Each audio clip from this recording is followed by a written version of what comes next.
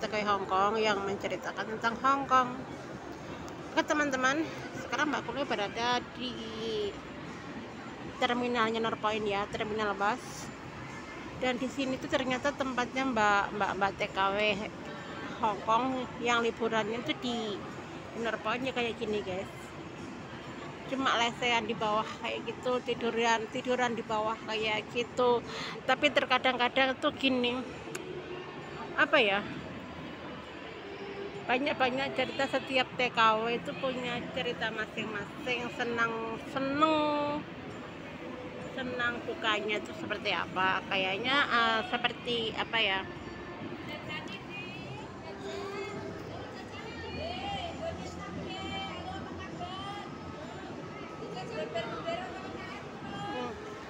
ya contohnya gini, kadang-kadang di Hong Kong itu di para tetangga atau para orang-orang ini nggak menyindir siapa-siapa ya, tapi yang sering dialami oleh para TKW Hong Kong itu kebanyakan tuh kalau pulang ke Indonesia tuh kebanyakan ada yang bilang kayak gini, di Hong Kong bertahun-tahun tapi kok nggak ada hasil, nggak bawa uang, itu serba salah lah intinya di mata orang-orang yang tidak menyukainya.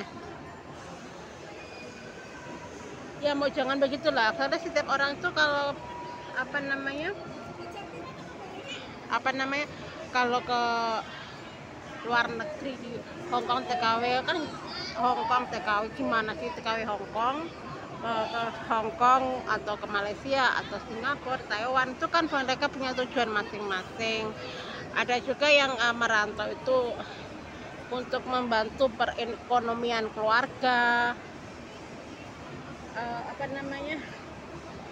intinya kayak gitu kan, tujuannya kan masing-masing. Ada juga yang pulang ke Indonesia baru beberapa tahun di Hong Kong udah sukses, ya mungkin beban mereka itu nggak sebanyak yang lain, kan pergi ke Hong Kong kadang-kadang itu apa ya, kita punya hutang yang banyak dan harus dilunasi, udah lunas hutang lagi, seperti itu.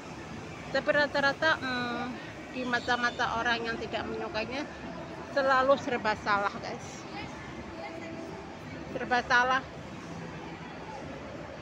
Kalau misalkan pulang ke Indonesia di Hong Kong 5 tahun atau 6 tahun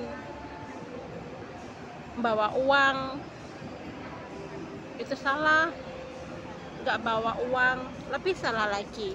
Kita mulai dari yang bawa uang dulu ya, mulai dari yang nggak bawa uang.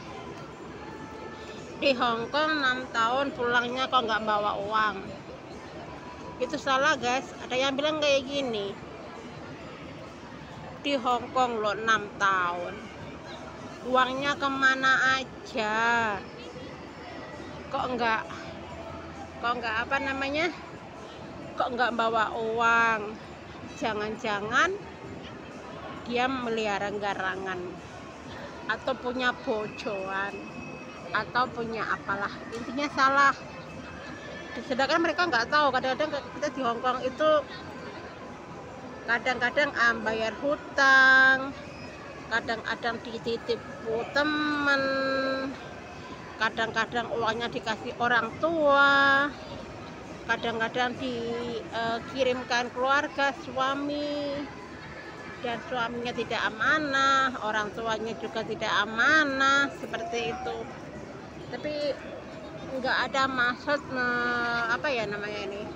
intinya nggak ada maksud menyindir para siapa-siapa ya, tapi yang sering terjadi, orang tua dikasih amanah anaknya kirim uang gitu untuk beli ini beli itu, tapi ternyata dipakai buat sehari-hari. Tapi nggak salah juga sih. Dan yang di sini itu mempercayakan sama orang tuanya biar orang tua nyimpen, ternyata malah dihabiskan, dibuat gaya hidup seperti itu ya guys. Dan akhirnya setelah 6 tahun kemudian dia pulang, kan uangnya sudah tiap hari dikirimkan, otomatis kan sudah nggak pegang gitu loh.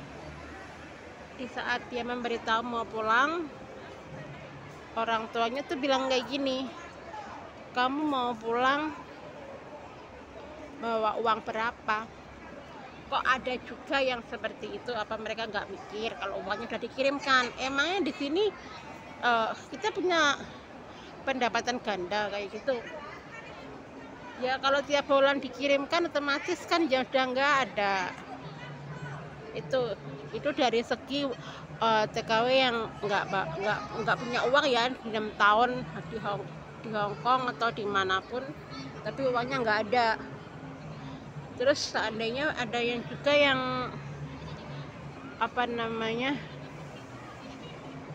pulang bawa uang banyak, itu juga salah lagi guys. Ada yang bilang kayak gini, kerja di Hong Kong jadi TKW itu gajinya berapa, kok uangnya banyak sekali. Paling-paling di Hong Kong itu nyambi kerja yang nggak bener, itu kan salah lagi kan. Pokoknya di mata orang yang nggak suka itu TKW itu nggak ada yang bener itu loh guys, semuanya serba salah.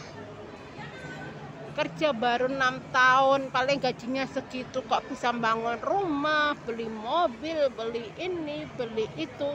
Mereka juga nggak tahu kalau hasil uangnya itu kan diinvestasikan, tapi hasil investasinya itu kan luar biasa sekali. Contoh Mbak Kunil sendiri ya, saya ambil contoh dari diri saya sendiri. Uangku kebagian kan ku investasikan ke CAR, ke 5 tahun kemudian dia sudah balik modal kan, sudah ngumpul. Kalau dicarikan jadi mas itu, tapi kalau misalkan kita diamkan itu kan uang itu akan bekerja sama diri kita sendiri. Sedangkan aku punya 5 polis guys. 5 polis itu kalau kita belum, maksudnya gini, uang kita sudah kita investasikan, terus kita masih kerja di Hong Kong, otomatis kan nggak kita ambil, dan uang itu akan bekerja sama diri kita, sama aku gitulah enaknya ngomong. Soalnya Mbak Kunil ini ngomongnya tuh belepotan banget kayak gitu. Terus sebagian lagi dibuat apa namanya kayak investasi emas seperti itu ya. Kayak kalau aku kan kayak gitu guys. Jadi kita kan punya pendapatan lain selain gaji seperti itu. Nah, sebagai contoh kecil, uangku yang 42 juta itu per tahunnya kan selalu meningkat kalau nggak kita ambil. Nah itu, tapi mereka orang-orang yang tidak suka kan tidak tahu uangnya kok banyak, padahal mereka nggak tahu bagaimana uang itu bekerja buat kita. Jadi buat teman-teman, abaikanlah kata-kata orang yang nggak menyukai kita. Kayak gini guys, kenapa hari ini aku ngontennya itu cuma di tempat, cuma bercerita aja. Soalnya HP ku yang biasa ngonten itu kan ketinggalan di rumah, jadi ini HP yang biasa-biasa aja. Kalau dibuat gerak otomatis itu akan gerakannya tuh kayak gempa gitu loh. Tapi kalau kita duduk seperti ini sambil bercerita, seenggak-enggaknya tuh gerakannya tuh enggak apa namanya, enggak heboh banget ya. Ada lah gerak tapi enggak parah-parah banget seperti itu guys.